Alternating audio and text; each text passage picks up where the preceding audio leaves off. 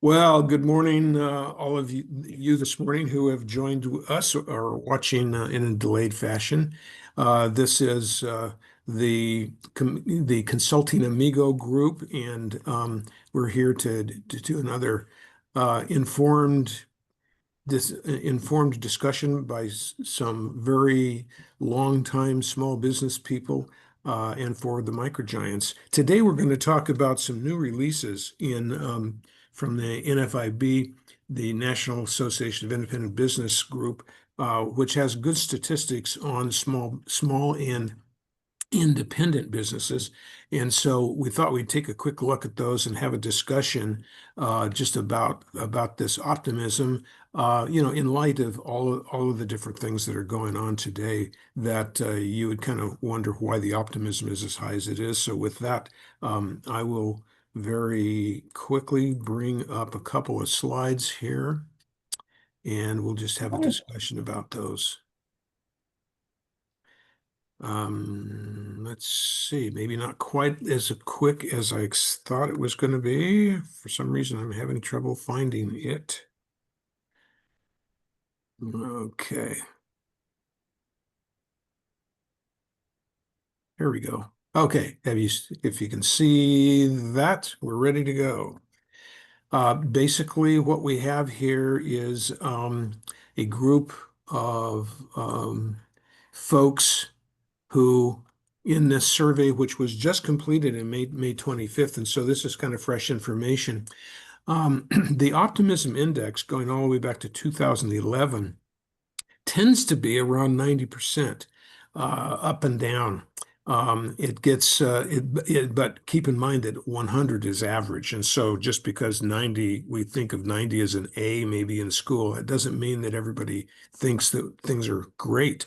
But when you get up into the 105, 106 area up to 110, that's an indication that most businesses are pretty pleased about where things are going.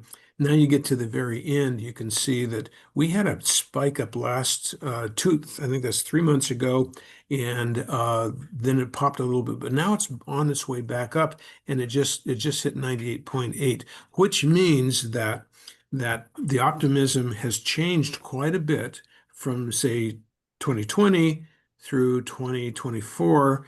But it's variability still, but it's still not above 100 yet. So, but optimism is increasing, and so we do find that there is some optimism. When we look at individual plans, it's sort of interesting to see where they're really optimistic about. This shows the net change.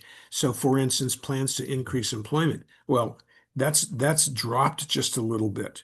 So, a little bit surprising. And then when you take a look at, there's another employment one in here. Job openings.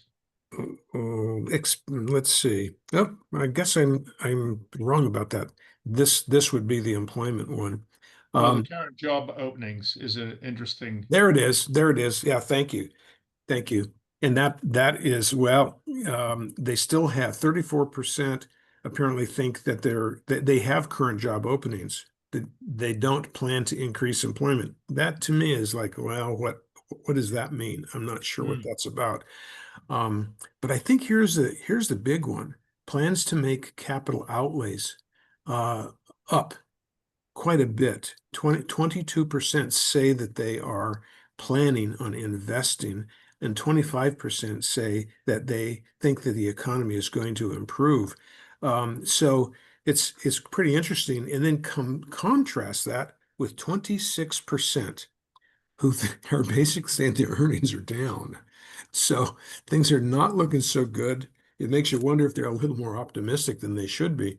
But now, what I'd like you guys to weigh in on today is, what does this sort of understanding of where small business and independent businesses are, what is different and what changes Ron, with before all of we the do that, things? I've got a couple of clarifying questions. Yes, you bet. Can you talk about the fact that expect real sales to be higher by 10%? That's an optimist. And then earning trends to be down by 26. Now, I want to interpret that a little bit. Okay. Because what I think this people are saying is my sales will go up, but my retained earnings or my profit is going to go down. Is that what I'm reading? Because that's what I'm interpreting. I'm making less out of more. Well, Yeah. expect the economy to improve. They expect it to improve, but it doesn't mean it's good now. I think that's Right. how. But the real sales going up. They mean somebody expects their sales to go up by 10%, but Oh, they yeah, right. expect their Okay. earnings to go down by 26%. Yeah. Think their earnings are going to go down. They're anticipating inflation. I think Well, that, and it's kind of where I'm sitting. My sales may go up, but somewhere along the line, I'm losing out yeah, on energy, taxes, bureaucracy, overhead. Something's happening. It's yes. really what that tells me is it's less profitable to be in small business in the future than it is today. Well, that's the expectation. Keep in mind. Well, I mean, because different than reality, we want to be sure just to, you know, people need to consider that this is not reality. This is a mental attitude. right. And nonetheless, we're going to actually put money into capital outlays. I would think that if they're planning on that and they can get the money, they're going to do that because that's something Right. we So plan we're to going to do. put money into new Yeah, things, but we're also planning, realizing we may make less. yeah. That's why they're optimistic, right? And that's the small business mentality. Yes, it is. There's an attitude here that this is what we do. We're going to go and continue to break ground, plant seed, and increase our efficiencies, even understanding we might have a less yield than we thought. We're Yeah, still going to do it. yeah. I actually think this is the backbone of America. This is the backbone of the free enterprise system. Well, That I couldn't agree with you more. These are the independent people today. These are the people that used to strike out across the West to go find and establish a new farm, to go build an empire, with cattle ranches, to go dig for gold in Colorado and California. These are the people that make things happen. They also, a lot of them lose a lot of money along the way. But some of them don't. And some of them make things happen. And I agree. This is the backbone. This is the spirit of America. well, and just to add this into it, that coming from a digital electronics background, I am seeing a lot of my friends who turned their nose at electronics technology 10, 15 years ago are now adopting platforms that are highly dependent on computerized and software modeling and algorithms. Yeah, they're just a So little slow at there's a understanding real shift. communication, right? Well, and in all of that, I think the technology is a lot easier to use than it was 15 years ago. So it makes it easier for people who are adverse, to jump in to do that. So I think Well, I think there's another element of that. It's absolutely necessary today. yeah, You yeah, it can't is. function in a small business without, really integrating with the internet and all the things that go with it. Yeah, exactly. Exactly. So I think that I think that's a good observation that you have there, John. I do want to mention that in two separate places, an analysis of price increases looks as though the prices are not being passed on in proportional amount to customers. It may be that this group is saying we're not going to make as much money because we see our costs going up. That's a reasonable kind of plan. And why not plan for it to be tougher? So just in case that happens. But on the other hand, about a third of the price increases over the last 90 days or so in tariffs have been absorbed by the supplier, renegotiating with the supplier. You get somebody like Walmart who does 50 to 80% of the business in your factory in, say, even in China. And Walmart says, we're going to go to another place if you can't absorb part of this and lower your prices. and about a third of them have done that. Another third of them are being absorbed by the distribution network, lower shipping costs, more efficiency, et cetera. And then finally, a third of them are being borne by the end business, the retailer, who is finally touching the consumer. And they are only passing about half of that third on. And so if that's true, and there's no survey or science behind this, that these are, kind of independent studies that I've heard on the news. And so if that's the case, then that means that only a sixth of the increase is ending up at the retail. When you take a Well, look I guess at, that indicates why the earning trends are down 26%. Knowing what you just said, Ron, it's like you can't make more money if you can't pass on the costs. well, but what I'm saying is that only a third of the cost is ending up at say the retail, and a third in each of those three places. And so when you split it up, the individual business is only having to absorb between 0 and a third of the increase. So if the increase is 10%, that's a 3% increase. And if you don't pass that portion on, you end up with a much smaller, which explains why inflation has not jumped up, which I expected it to go up this month. And actually the Fed is expecting it to go up next month and the following month. Maybe they're correct. Maybe we just haven't seen it yet.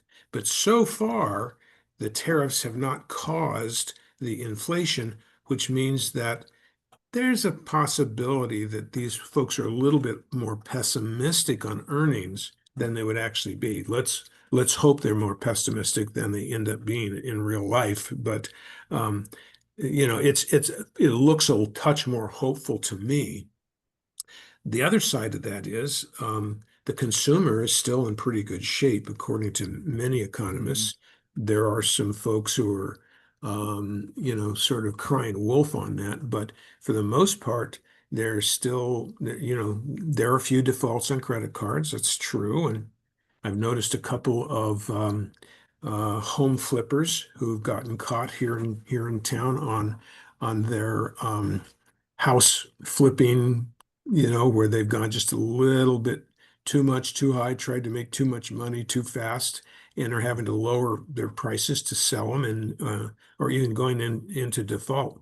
So I mean, there's a little bit of that happening, but we don't have a wholesale problem with consumers at this moment. Of course, that could change, I think, in 30 days. So that's questionable and a good reason for some optimism, no doubt about that. So let's talk a little bit about what some of these other things can do to keep us from being so optimistic, or at least give us caution. One is obviously the tariffs. We've talked a little bit about that, and you may have more to say on that. The other one, obviously, is the potential for a war. And as John suggested before we started, maybe we won't call it a war, but it looks like Iran is going to be a problem, simply because there's a red line in the sand by our president. Not simply, but there's the red line. And then the third thing that is potentially an issue is this new bill, which really does look like a growth bill. So let's talk about one, two, three of those things that are going to change business, and see if we can give some thoughts or insight to small business people. Ed, you look like you got one Yeah, right on the tip of your I want to tongue. give you some insights from the clients that I deal with. Overall, there is optimism in the air for small business with my clients anyway, and I kind of sense it in what I read. Number one, as Ray knows, some of our customers, some of our clients, they hate taxes. And that's why they complain about California so much, because taxes keep going up. Well, this new tax bill provides opportunities for them to lower their taxes. Right. They like that. They can depreciate their investments quicker. So you're going to see more investments in their in their businesses because they get to write them off quicker. That's a big plus to them. So that makes a lot of sense. The other thing they hate is they hate regulation. And we're all hearing about there's going to be relaxation in some of the standards on regulation. So that causes optimism also. The other part is the trained workers, and that's where the immigration thing gets into play. And you got to have workers, and workers are very important to your business. And from all this, I am noticing that people are more interested now in ESOPs than they ever have been before, because ESOPs provide an opportunity for them to pass along as a company benefit to their employees, which is a big advantage in running a business, because now you got committed employees because they get a piece of the pie. So, and the other thing about ESOPs is that you don't pay any tax. So it kind of hits all these positive chords of the way a lot of small businesses think. The problems are the immigration, making sure you have enough people to do all these jobs.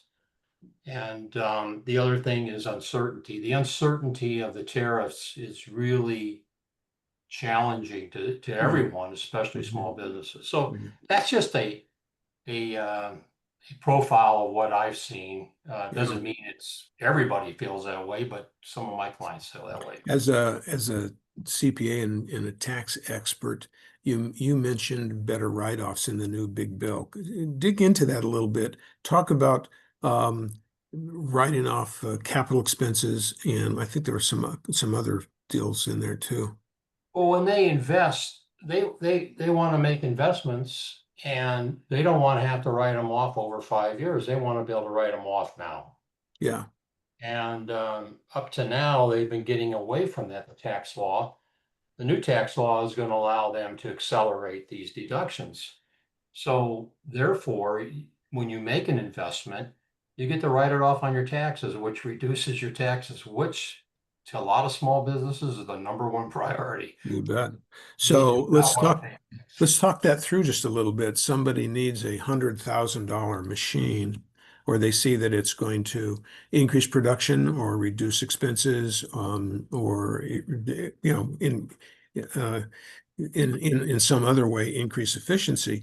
So if it's say a $3 million business, and when they're really cooking, they might make on a good year, what, maybe 300,000, 400,000, maybe, maybe 150, 200,000, somewhere in that range. But if they have a taxable income of, we'll say, $300,000, now what does the $100,000 do to their tax liability? Could they write it off all in one single year? That's the goal. And there's programs where you can do that. And this tax bill, of course, we don't have all the specifics on it, but what I've read so far, you're going to be able to write those expenses off sooner. Yeah. So 1 or 2 years. So that's a big deal. Theoretically, that would lower their taxes to $200,000, or a third, and they would only be taxed on the 200,000. That's right. If they made 100,000 in profit, that would be a write-off of 100,000. Therefore, there would be a zero profit and no taxes at all. Right.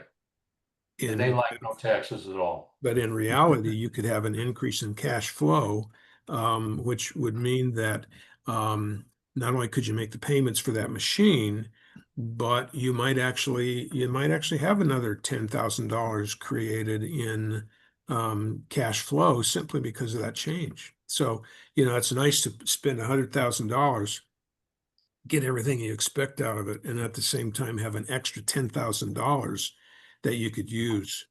So the other tax advantage, is that correct, the way I explained it? That's correct. Okay. Yeah. The other tax advantage is not having to pay tax on overtime and tips. That's a big deal, because right now the employee has to pay tax on those earnings, and the company has to pay Social Security tax on their portion of those benefits. True. Yeah. That's another big plus for kind of helping out the employees that are helping you run your business. Yeah. And again, less regulation, because one of the hardest things to regulate is tips and overtime. And so what happens on overtime? Everybody, the biggest priority is to reduce overtime to nothing, right?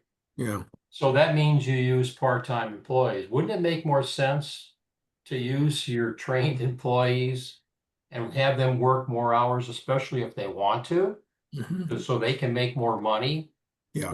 for themselves and for the company? And we have fully trained employees to do Yeah. that. And they don't have to go out and look for a secondary job, which is kind of in the news to just to, buy their groceries. Yeah. Yes, I think that's a big plus. Yeah. Okay. So you like the bill overall. I Does like that. does Absolutely. anybody not like the bill here? I mean, Rand Paul is just running rampant over it. He is really upset, and the reason is that it creates deficits, and he doesn't want to see us increase our debt. I agree. I don't want to see it increase either. On the other hand, as we mentioned, if we're talking about the backbone of small business here, we can't break the backs of the backbone of business. We've got to give them something. The other side of that coin is that the Laffer curve was pretty. I mean, maybe it's a theory, but I see it as almost an axiom. And that is that when you tax people less, they tend to make more and the revenues go up. The revenues went up in each case where we reduced taxes, revenues went up the following year to the federal government. That was pretty much proven during Reagan's era, and Laffer was the key economic advisor of that period. I've seen him a lot recently, and he's absolutely for the bill simply for those reasons, because he's saying this bill it will create way more revenue than the taxes that are saved. And people will be happy to pay lower taxes, but pay more in actual dollars because their businesses are thriving. And that's his point of view. Any other comments The about big, that? one of the controversial issues in this tax bill is the state and local tax deduction. Mm-hmm. And on the 2017 bill, they limit that deduction to $10,000. When Yeah. you live in a state like California, $10,000, the state and local tax is only a small portion of the total amount you're paying. So your deduction is severely limited. Yeah. So Republicans in California, they would like, there's not many of them though, but like in high paying tax states like New York, they want a higher number. They want $40,000. Yeah. But that's more representative of what people are paying. And the rest of the country, they want it to be lower, $10,000. So that's the real controversy right now. So if you're from a state like Mississippi, why would you want Californians who are typically earn a lot more money than their population? Why would you want to give them a tax break? Because their states require a lot more taxes to operate. Right. So that's a big issue right now in passing the bill between Congress or the House of Representatives already passed it. Put a $40,000 limitation. Now it goes to the Senate, and the Senate's saying 10,000. Yeah. So now we got a conflict, and the House of Representatives, I guess, it only passed by 5 votes, and those Republicans are saying, well, if it goes down below $40,000, we're not voting for it. So now they got a real predicament. That's what's going on. Yeah, it is a predicament, isn't it? Well, for one way or the other, I certainly hope they can iron some of these things out. I think that what I've heard, the arguments on both sides are good arguments. And it's like making sausage, you know, you have a little bit of fat and gristle in every piece of sausage, but it's in there. And we've got some of that in this bill too. Overall, I think it will lift us up, and it'll be good for us. I do understand the argument though, by folks, you know, in the middle of the country who are saying $40,000 and you don't have to pay, you know, you get to deduct all the interest on that. My whole house only cost me $160,000. Why in the world should we support those rich people? Yeah. That's a legitimate, you know, if that's where you're at, that's a legitimate argument, I think. And it's by the same token, people would like to be able to finance new homes in California. Exactly. And it makes it very difficult to do with, you know, having to pay, you know, taxes, or not being able to deduct more from their taxes, I should say it that way. So, Right. great. Well, I was going to say there's two issues on that, and you know, I don't know if your children are dealing with that, but you know, my kids can't afford a house here. I'm sure most of the I don't know about John's, but it's, you know, it's become a market that they're going to have to move if Yeah. they want to buy a house. Yeah. They just can't stay here. So you know, that's certainly something that we here in California have to deal with. You know, not so much in other states like Mississippi. It's not a problem, but um, that's an important thing. And of course, the other issue we've kind of deferred on is, you know, where we need workers, and Mhm. you know, what's going to happen with the current state of, you know, deporting people who are the backbone of those frontline workforces. Are they really the backbone? Oh, I think so. Do you? You know, having worked in Of course, we're not manufacturing for so talking many about, years, we're not you talking know, about legal. the We're talking people about, I saw on the front line were all the people who are trying to avoid, you know, getting deported at this point. yeah. But how many are there actually that are illegals? I get the sense that they're out there, but they're not as big of a percentage as we might like it. That side of the coin would like it to be, or they portray it as. For instance, Kudlow on his show, who was in the economic advisor the last Trump's first one, and I think a very respected numbers guy, has said that when you take a look at what happened in, and I can't remember, it was a Midwestern state, when some of those people chose to self-deport, what happened is that Americans did step up to take those jobs. They did fill them with immigrants, but legal immigrants or regular Americans, and so that they're able to fill that again. But here's what he said. He said that wages, and if you take a look at the numbers in the last month or two, wages have jumped dramatically, and that's because the employers are willing to pay a little bit more to get their employees. So it puts us in a position where because if you have too many workers, it keeps wages down. And if you don't have enough, it pushes wages up. And that was kind of proven in the first administration of Trump. That's why we had increases in the common man, the middle class, huge increases way above inflation during that 4-year period that he was there. They then completely stagnated under Biden. So what we really have is kind of a two-edged sword. We would like to think that we can get some cheaper labor, or we can just get labor when it's hard to get labor. We'd like to think that. But on the other hand, if you pay the right amount of money, you can get the labor. But then if you pay too much, it's a balancing game that you're not making any profit. So, I mean, Yeah. this is tough for small business people to figure out exactly how to work this. And I think it kind of comes down to full employment can be a problem. It lets people get sloppy. Customer service is the sloppiest I have ever seen. I just find it to be horrible across the board, from medical to utility companies. Only small business people give you customer service. Hmm. And so you want to hire some people at the right price to do some of these things, but then at the same time, you also need wages to increase so that our regular hardworking people can afford to make that house payment. Mhm. It's a tough deal. The question is, well, how do small businesses deal with that?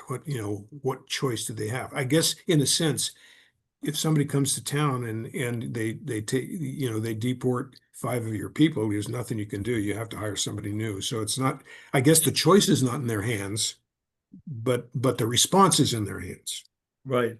Well, I think maybe that's why the earnings were down so far. I think we all looked at that and said, well, what's that all about? But part of what you just said, Ron, is that there's so much uncertainty that they see the potential for their earnings to go down dramatically as they try to make the shift on, what's happening both with taxation and all the That's other right. things that we see happening today.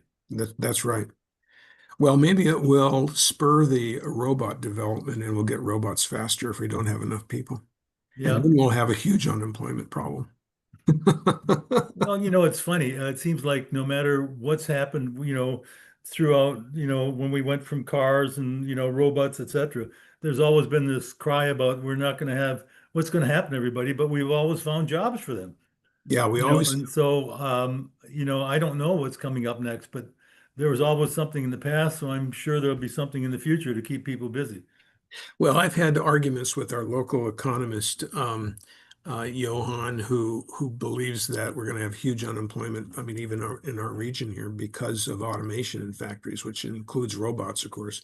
And and so he's a Luddite. The Luddites were the people way back, I think, in about the 1760s or 70s or 80s, somewhere in there, who basically said these mills are going to put everybody out of business. Nobody will have a job anymore.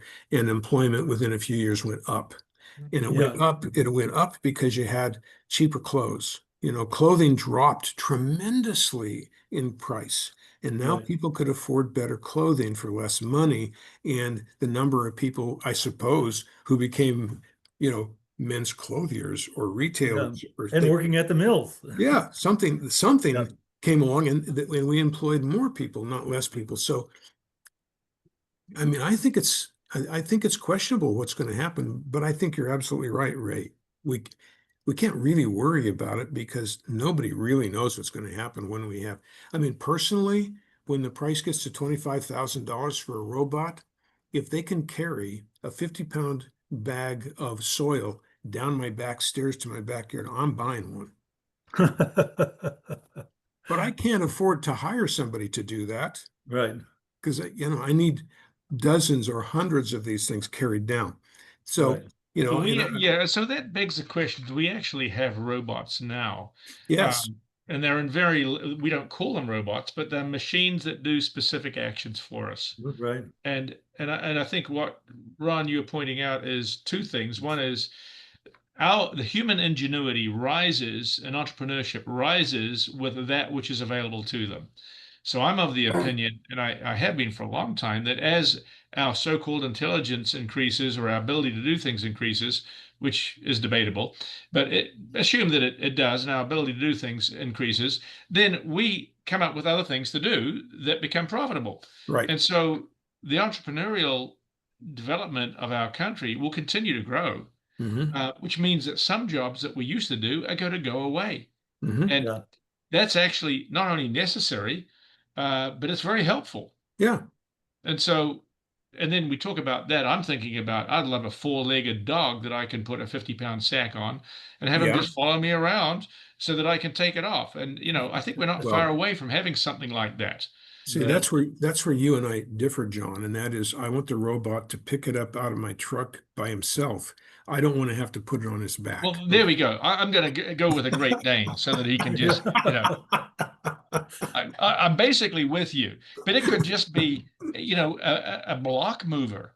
Yeah. You know, um, I remember in the day when I first saw this ladder going up the roof of a house, and it had an electric machine on the bottom of it and a system that you could put all of these pallets on it and tiles on it. And it was like, wow, it was going up 2 floors or 3 floors and Yeah. lifting a truckload of tiles up without a human being. Right. I mean, Right. I don't know what you call that, but it is a automated robot type piece of machinery. Yeah.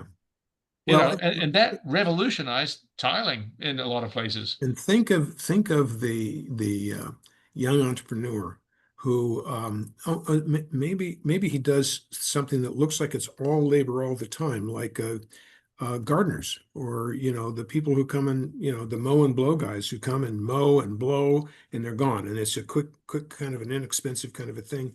Can you imagine a guy going from having a crew of 4 to a guy going to a crew of 4 people and 30 robots? So yeah, and Now on that, his business is expanding exponentially. right, and on that note, my uncle in New Zealand is a farmer, and he has got several hundred acres of farm. His personal home has about 3/4 of an acre of grass, and in New Zealand it grows all the time. Mm. So 2 years I went over there, and I'm sitting there watching as I come through the gate, and there's this little machine, the size of a lawnmower, running around. And then I look over the other side, and he's got another one. He's got 3 of these automated 12, 14-inch mowers that go out there with solar panel chargers on them, Yeah. and a home station that's out in the field. Every day, as soon as the sun comes up, they're off mowing. Now they mow basically every day of the week, Yeah. but they plot it out with a GIS map and they just work through it. Yeah. Wow. And you're sitting there. Now, I told him, I said, Ian, they make sheep to do those things. But you got to feed the sheep. But You have to you got to feed- feed the sheep, and then they poop on the driveway. And Yes. when you have a Tesla, you don't want it to drive through the poop. So come on. That's right. That's right. So it's all farming in New Zealand's come a long way. Yeah, yeah. Well, see, I That's- think you're right. I mean, and the outcome, I think, from these comments is this backbone of America. These people who are willing to take a risk and innovate and go out and do stuff. They're actually one of the biggest single problem. I mean, we know we've talked about this many times. Cash flow is the biggest problem. Okay, well, cash flow is impacted hugely by having to pay employees. And so if you could reduce your employees and simply buy a $25,000 robot to do 80 or 90% of what that employee does, think of what that does to improve your cash flow. Sure, you got to have the $25,000 to start with, but compared to a $50,000 person, it's like, wow, this is a real economic investment. thing here. This works. Yeah. Well, So- maybe you have 3 fewer $50,000 employees, but you have one who's making 75,000 who knows how to program That's right. machinery. Sort of supervising those robots. Exactly. Exactly. So And you have- maintaining them. You've got the maintenance and the supervision done by a human, and then they're running all of these robots to do the same amount of work so as a result, you can have more people doing more things, and more of us maybe can afford gardeners. But when I see this crew of 4 or 5 people show up every week and see what they're doing, I'm thinking to myself, wow, I mean, there's a lot of stuff here that a robot could actually do. And then, but of course, you're saying, but then these guys lose their jobs. Well, the lesson here is learn the language so you can sell, and start a business and be technically savvy so that you're ready for these changes. If you're going to spend that $100,000 on a new machine, make sure it's benefiting your business, so that down the road you're going to get that money back in terms of cash flow, profits, tax savings, and growth. So I think it tends to take the limits off, because this next biggest problem is managing your people, right? Yeah. Yeah. Trying It's fun. to manage 8 people is a whole lot harder than managing 1 or 2, and you Yeah. can't grow unless you learn to manage those 8 people. One of the stories that came to mind in terms of watching job growth or jobs increasing when it doesn't seem likely. But John mentioned the sheep pooping on the driveway. In 1900, 150,000 tons of horse manure had to be cleaned off New York streets every week. Not to mention the pee. you They know, need- can you imagine the stench of all Well, that? they needed And robots to do that job. Is what well, they and needed. what happened is that the robots became the cars. And That's so all right. those jobs That's right. that went away became other jobs. Yeah, So, that's right. you know, we have no idea of knowing what's going to happen in the future that's going to eliminate the jobs or create jobs Yeah. that were eliminated with the removal of all that poop. Right. That's exactly right. So, well, I'll tell you, we're coming to the end of our time here. So let's go around the table and have each one of you summarize. Are you as optimistic as the survey or less optimistic? More or less. Well, I'll go first because I'm normally more optimistic on everything. So I'll just keep the pattern going. But I am really concerned about the uncertainty of tariffs. I know it's becoming more built into the way everybody thinks, but if you're running a business and you have to deal with tariff expense and taxes and you don't understand it and you don't know how it's going to impact your business, I think it's a negative drag. It's a headwind to your business. Mhm. That it is. That I'm it going to is. jump in there with that. I think tariffs are a very detrimental short-term tool. I think they're a blunt instrument. I think perhaps if they're set up with long-term plans, then fine, we get used to them and they work out. But it would be nice to go through the get done with the turn left, turn right, stay in the middle, be still, run away. Let's get it stabilized. In terms of being optimistic, I am optimistic that there'll be a little bit less bureaucracy and therefore a little bit more opportunity. But I'm also seeing in general that civic government is eating into the control and the freedoms of small business. And America is starting to look like New Zealand, where you need permission to do anything. Can I have an 8x10 sign on my window facing out on the street? Well, I don't know. Let's go check. So we're getting to a permission-based, litigation-biased society, which is taking the ability of a small business to have some freedoms out. And I'm hoping that will be freed up. Otherwise, small business entrepreneurs are being squeezed. Yeah, and and again, I started with this, and I still think it's going to be an issue. Seems to me that, if we can't get this immigration thing well tuned, the uncertainty of being able to find or keep employees is going to be a drag. It's going to be a problem. So, getting those things clarified, I think, are important to the optimism that's required for a small business. Okay, good. Good comments. I'll say you're all wrong. And you're all right all at the same time.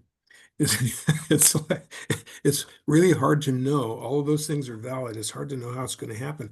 I guess, my sense is, based on everything you have already said, that we're in a transition point. We're not going to be able to know if we can be really optimistic until we get tariffs under our belt, this bill under our belt, a little further down the road in the Middle East. It's still a time of uncertainty. And small business people are going to have to really stay flexible. They're going to have to stay tuned in.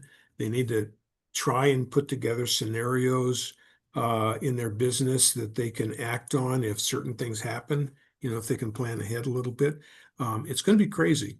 But overall, I think, going back to John's initial comment, the small business community, the independent business community is the backbone of our country. And if we can stay off their backs, they'll figure out how to make this work, because the economy really goes by itself. It's the government that gets in the way.